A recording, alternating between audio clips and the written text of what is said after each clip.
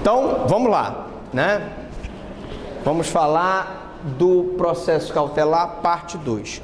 Na aula passada, nós estávamos falando do procedimento do processo cautelar. Eu dizia que, em regra geral, você entra com ação cautelar, o juiz tem 3 opções. Ou ele defere, inaudita altera pares, que é, ele defere sem a oitiva da parte contrária, ou ele indefere a cautelar e manda citar, ou ele marca uma justificação em que as partes vão para uma audiência para ele decidir se ele vai deferir ou não.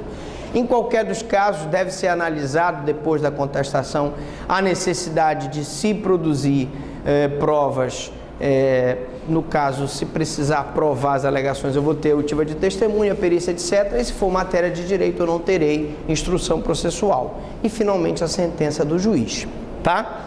Então, nós vamos começar daqui, do ponto que nós paramos, que foi o procedimento aplicável, de modo geral, às ações cautelares. Então, vamos lá. Se o pedido não for contestado,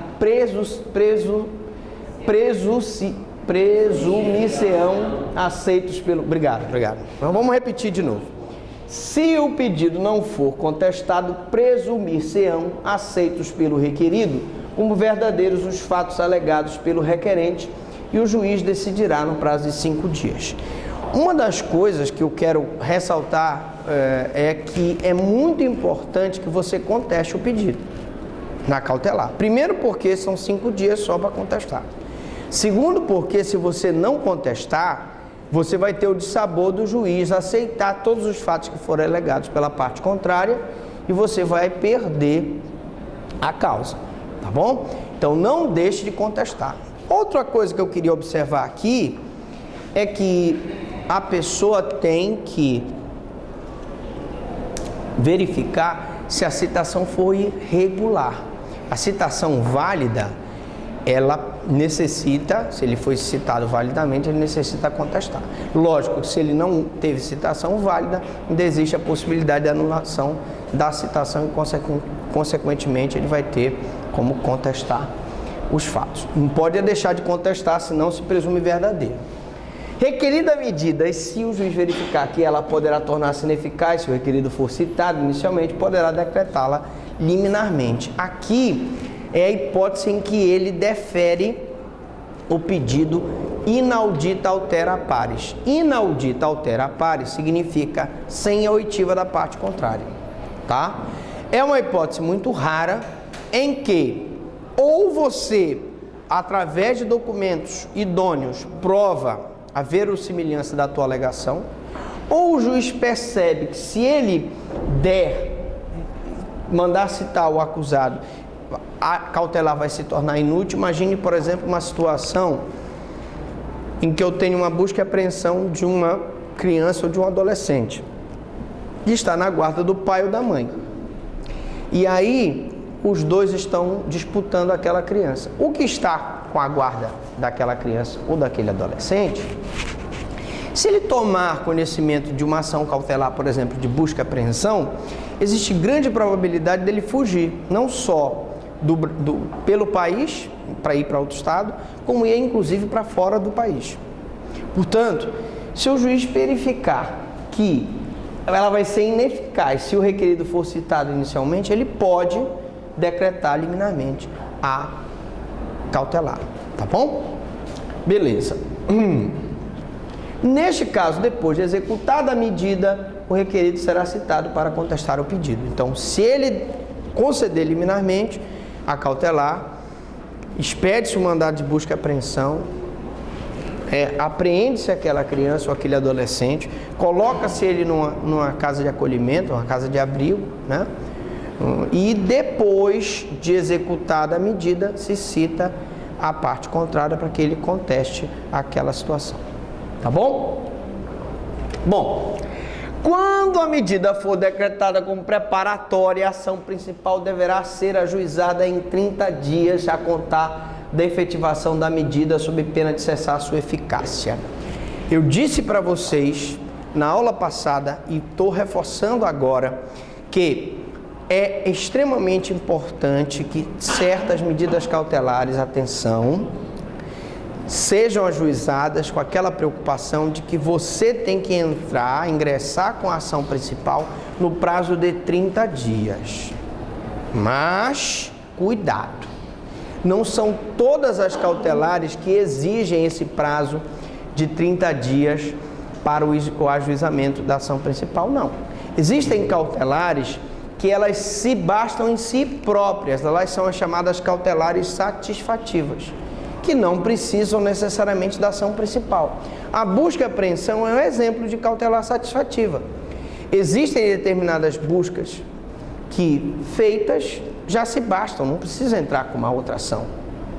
Imagine que seja uma busca e apreensão de um adolescente e que não haja litígio entre os pais, apenas se está se buscando o adolescente que está em situação de risco. É uma cautelar satisfativa. Imagine, por exemplo, uma produção antecipada de provas. Eu tenho uma senhora de uma idade avançada, 97 anos, que presenciou um fato que pode ter repercussão civil naquele processo e que eu preciso ouvi-la antes que ela faleça. E eu vou, então, entrar com uma produção antecipada de prova, que é uma medida cautelar. Aquela produção antecipada de prova, ela é satisfativa. Ela cumpre o seu intuito de preservar a produção daquela prova. Então, não necessariamente todas as cautelares vão precisar da ação principal ser ajuizada em 30 dias. Inclusive, tem cautelar, e eu disse na aula passada que a regra é que a cautelar vem apensa ao processo principal. Existem cautelares que podem vir apartadas do processo principal e também existe a hipótese do juiz verificando que ela apensa ao processo principal possa prejudicar ou o processo principal ou a própria cautelar, determinar o desapensamento delas. Tá? O desentranhamento delas. Então, vocês têm que ter cuidado. A regra é que as cautelares precisam da ação principal em 30 dias e que as cautelares vêm apensa ao processo principal. Mas eu tenho exceções em que ela não vem apensa ao processo principal e que ela não precisa da ação no prazo de 30 dias. Bom, o indeferimento da cautelar não impede a propositura da ação principal, nem tampouco interfere no seu julgamento, salvo se ficar evidenciado por alegação do requerido, decadência ou prescrição do direito do autor. Outra coisa que eu queria deixar bem claro é: professor, o juiz deferiu a cautelar e na ação principal eu perdi. Ou, professor, eu perdi a minha cautelar, mas na ação principal eu ganhei. Uma coisa não tem nada a ver com a outra. O ideal é que você ganhe na cautelar e ganhe na ação principal. Mas uma coisa não tem nada a ver com a outra. A cautelar também, em regra, como eu disse, ela só gera coisa julgada formal, tá? A validade daquela decisão só tem validade dentro daquele processo, ela não se estende para fora daquele processo. Todavia, vocês têm que prestar atenção de que em algumas situações ela vai gerar coisa julgada material. Por exemplo, uma decisão de decadência, uma decisão de prescrição, uma decisão de litispendência, uma decisão de coisa julgada anterior, uma decisão de perempção. Eu tenho as hipóteses em que, excepcionalmente, aquela sentença formará uma coisa julgada material. E o detalhe é o seguinte: se eu ingresso com a ação de arresto e eu tenho aqueles bens bloqueados, e se eu ingresso com uma ação de sequestro e tenho aqueles bens bloqueados, aquela decisão que concedeu o arresto ou o sequestro, ela é atacada por agravo de instrumento, porque a decisão faz coisa julgada formal. Mas quando eu tiver uma decisão que faz coisa julgada material, eu devo atacar ela através do recurso de apelação. Vamos repetir? Quando a decisão cautelar gerar coisa julgada formal, como no caso do arresto, do sequestro, que nós vamos ver já já, eu tenho uma decisão que vai ser atacada através de agravo de instrumento. Mas quando eu tiver uma cautelar satisfativa, ou quando, por qualquer outra hipótese, por exemplo, decadência e prescrição, eu tenho uma cautelar em que se decide e essa decisão gera uma coisa julgada material, eu vou atacar essa coisa julgada através de uma apelação. Cuidado! Um minuto da sua atenção na prova pode ser fatal. Pergunte. Vão ser duas sentenças, então? Uma da cautelar? Não, você não entendeu.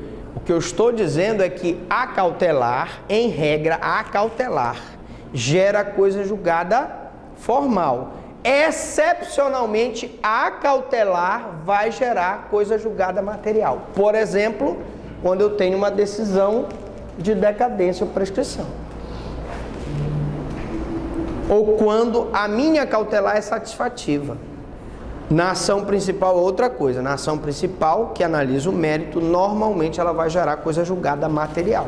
Estou dizendo na cautelar, tá bom? Excepcionalmente eu posso ter uma cautelar, excepcionalmente que gera coisa julgada material e, portanto, eu vou recorrer com apelação. Bom, quando no curso do processo há um indeferimento da cautelar, a ação principal não se extingue e a análise da questão meritória caberá à sentença a ser prolatada nos autos do processo principal. O fato da cautelar ser indeferida ou extinta não interfere na ação principal. O mérito, a sentença de mérito será prolatada na ação principal. A coisa julgada, normalmente, material, se forma na ação principal. Tá bom? Bom, agora vamos para dos procedimentos cautelares específicos. Na aula passada eu expliquei que nós temos procedimentos típicos ou nominados e atípicos ou inominados. O típico se chama atípico porque se a pessoa praticar aquela conduta que está prevista naquele tipo do Código de Processo Civil, eu vou usar aquela cautelar específica, embora pelo princípio da fungibilidade nós aprendemos que você pode substituir uma cautelar pela outra. Beleza pura? Bom, então vamos lá. Vamos começar com os procedimentos cautelares específicos e o primeiro que eu quero falar é o arresto. Arresto. Bom, o arresto é a apreensão e depósito judiciais de bens pertencentes ao devedor, visando garantir a obrigação por ele assumida e terá cabimento. Vamos lá. Professor Franklin, qual a diferença entre o arresto e o sequestro? Vejam bem, o arresto, ele tem como objetivo garantir a obrigação representada por um título, um documento idôneo, previsto no documento idôneo, tá? E esse bem arrestado não é um bem litigioso. No sequestro, não. No sequestro, o bem sequestrado é um bem litigioso. E não necessariamente eu tenho um título representativo do direito em questão. Mas o bem necessariamente ele deve estar em litígio. O bem sequestrado está em litígio. Na aula passada, eu falei várias vezes do exemplo do marido e da mulher que estão se divorciando, estão brigando pelos bens. Um exemplo típico de sequestro, porque eu tenho bens em litígio, em que eu não sei de quem é aquele bem. No arresto, não. Eu tenho um devedor e um credor. O credor tem um título, quer executar o devedor tem um bem, esse bem arrestado, para garantir o pagamento da dívida, tá bom? Então vamos ver as hipóteses do arresto, por gentileza. Primeira hipótese, quando o devedor sem domicílio certo intenta ausentar-se ou alienar bens que possua ou deixar de pagar certa obrigação no prazo estipulado. Ora, uma pessoa que não tem domicílio certo, que vive perambulando pelos estados brasileiros ou que mora no exterior, ausenta-se frequentemente do distrito da culpa e aliena bens que possua, começa a alienar bens, sendo que ele é devedor de várias pessoas, ou deixa de pagar certa obrigação no prazo estipulado, já é um indício de que ele não poderá arcar com a obrigação dele para com o credor. Então aí eu vou me utilizar se a conduta dele tipificar o que está previsto no inciso 1º do artigo 813, é caso típico de arresto. Por isso que é uma medida típica. Vamos lá. Quando o devedor que tem domicílio certo ausentar-se ou tentar furtivamente ausentar-se caindo em insolvência, alienar ou tentar alienar bens que possua, contrair ou tentar contrair dívidas extraordinárias. Uma situação muito parecida, ele ausenta-se ou tenta furtivamente ausentar-se, sai do distrito, do local onde é o foro eleito para o contrato, cai em insolvência, é a pessoa que começa a não ter mais condições de pagar, aliena ou tenta alienar bens que possua, aquela pessoa que tenta vender os bens para se desfazer do patrimônio, e contrai ou tenta contrair dívidas extraordinárias. Você vê ele indo no banco pedindo para hipotecar bens e pedir garantias e contraindo novas dívidas. É uma hipótese típica de arresto. Eu estou falando aqui de um credor que está prestes a executar um devedor que tem um bem e que aquele bem pode ser vendido, pode ser alienado em prejuízo dele, credor. E ele vai usar o arresto para garantir o sucesso da execução. Também, eu tenho puser ou tentar pôr seus bens em nome de terceiros.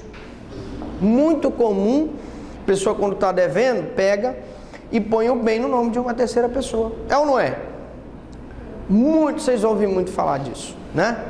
Ele coloca no nome do filho, da mulher, coloca o nome da sogra não, da sogra não. A sogra não coloca. O senhor colocaria o nome da sogra? O senhor? Não? O senhor colocaria? Tem uma história muito interessante que o cidadão gostava tanto da sogra que levou a sogra para uma viagem. Foi com a mulher em lua de mel para a Terra Santa. E lá na Terra Santa, ele com a mulher, passeando, fazendo compras com a sogra, eis que a sogra morre lá na terra onde Jesus nasceu. Ele ficou desesperado. Meu Deus, e agora? Minha sogra, como é que eu faço? E como a mulher dele tinha familiares lá, resolvia-se facilmente. A família dela chegou e disse, não tem problema, tu enterras aqui, num dos jazigos da família, a família tem. Aí ele foi na agência de viagem e perguntou pro cara, pô, mas e aí, quanto seria para levar, para enterrar ela lá no Brasil? O cara disse, olha, meu amigo, vai sair uns 60 mil reais, que é caro, né? O translado do corpo, vocês sabem que nem o seguro saúde paga esse translado. Mas eis que o cara vira-se pro rapaz e diz, meu amigo, pelo amor de Deus, não enterre ela aqui não, vou pagar esses 60 mil, porque já há 2000 anos um cara ressuscitou aqui, vai que ela ressuscita, e aí já pensou? Então sogra é sempre uma coisa muito perigosa. Bom, quando o devedor que possuir bens de raiz, intentá-los, aliená-los, hipotecá-los, dá-los em anticrese, sem ficar com alguns livres e desembaraçados equivalentes à dívida, né? Imagine que o cidadão pega os bens imóveis, bens de raiz são bens imóveis, vai no banco e hipoteca o bem, ou faz qualquer tipo de negociação que joga um ônus sobre o bem, sabendo que aquele bem é o bem necessário para que ele possa pagar a dívida daquele credor. Então, nessa hipótese, eu tenho uma conduta típica do arresto. Nos demais casos expressos em lei, e aí em toda e qualquer hipótese que esteja previsto numa lei esparsa ou extravagante, não se esqueçam nunca desse detalhe. O bem arrestado nunca será um bem litigioso. E o bem arrestado sempre exigirá um título idôneo que comprove o crédito. Então eu digo aqui, o arresto tanto pode ser requerido como medida incidente, como preparatória e julgada procedente à ação principal em que a medida foi requerida, será ela transformada em penhora. Tem uma peculiaridade. Você você arrestou um bem e entrou com a execução. Julgou procedente a execução, que no caso a execução, a pessoa é citada para penhorar tanto os bens quanto baixos, entra com os embargos, ele entrou com os embargos, perdeu, então aquele arresto automaticamente se transforma em penhora. Vamos ver que o objetivo realmente do arresto é garantir a execução da dívida. E o requisito essencial para que a medida seja requerida é que haja prova literal da dívida. Prova literal da dívida é muito amplo, né? Eu posso ter um título executivo judicial, posso ter um título executivo extrajudicial, enfim. Prova literal da dívida, qualquer documento hábil, um contrato, né? Que prove aquela dívida.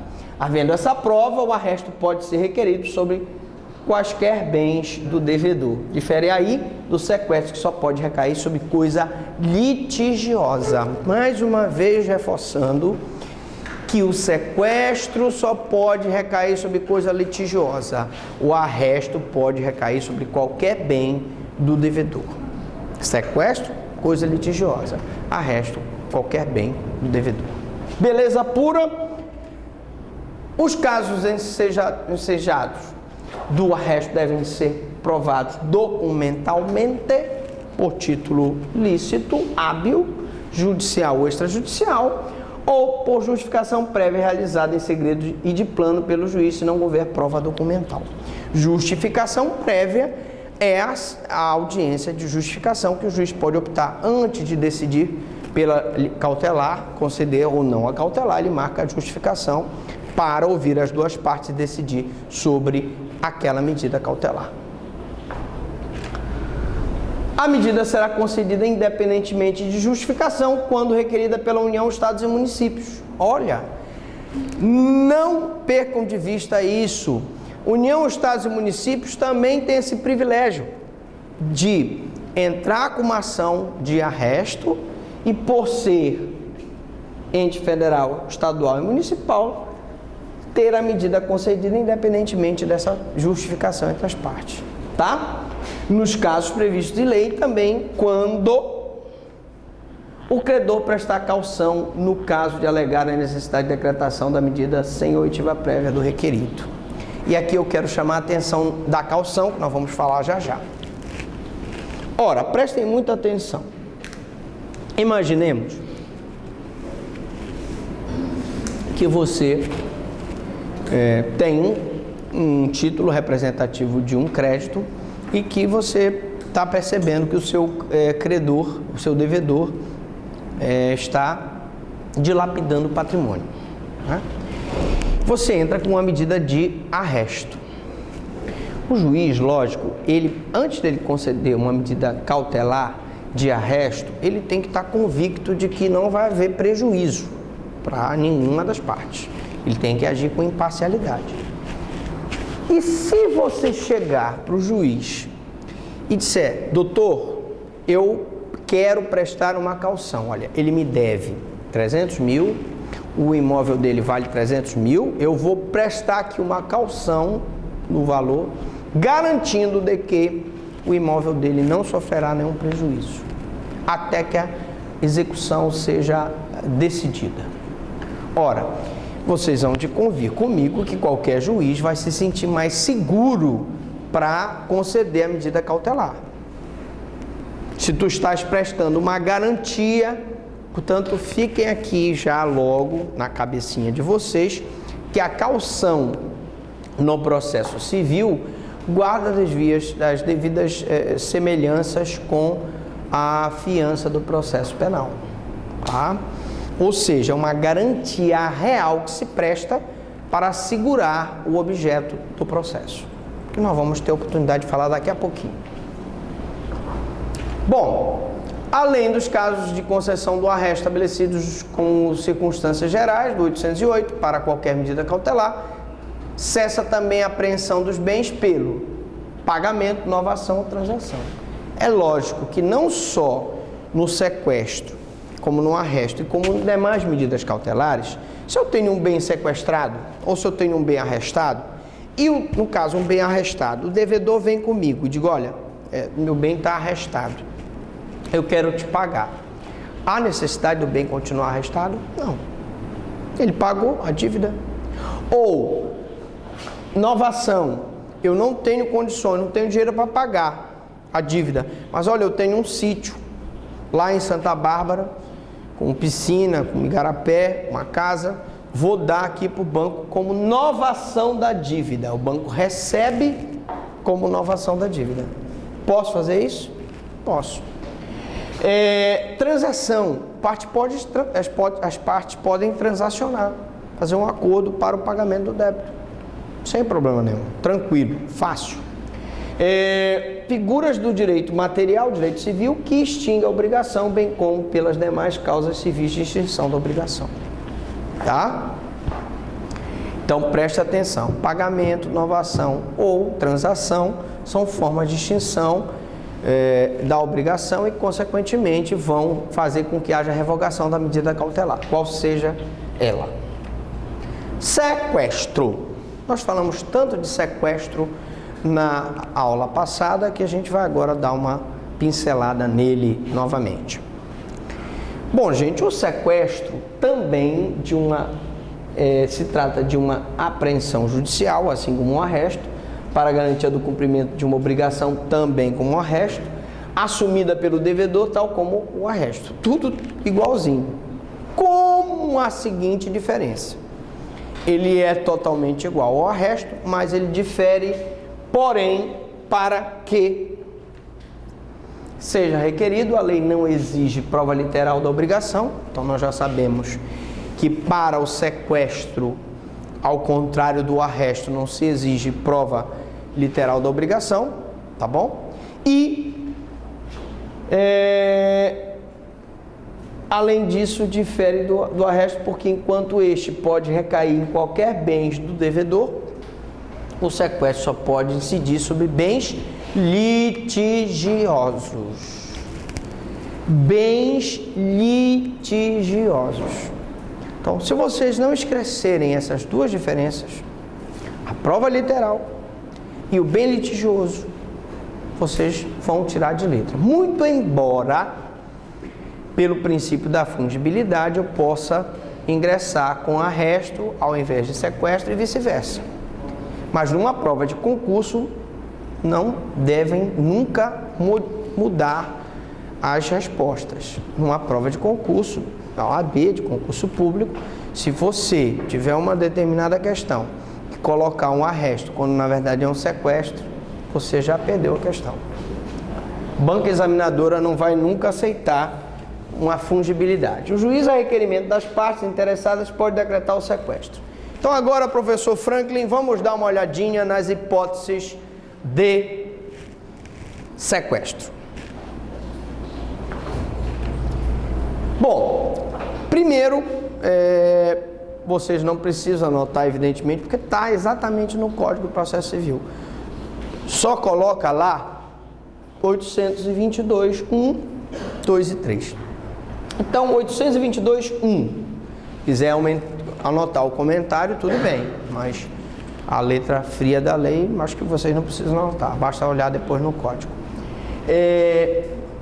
De bens poderá ser decretado o sequestro. De bens móveis, semoventes e imóveis. Então eu posso tanto sequestrar móveis, né? Carros, sofá, fogão, geladeira, etc. Como semovente, boi, vaca, carneiro, cabrito, búfalo, como imóveis, né? Casa, fazenda, né? E é importante ressaltar que quando lhe for disputada a propriedade ou a posse. Então, sempre no sequestro eu vou ter uma disputa, o bem vai ser litigioso. Então, é uma fazenda que está sendo disputada pelos sem terra, ou por 2 fazendeiros, ou por várias pessoas. Eu vou ter uma disputa e, consequentemente, eu vou ter, então, essa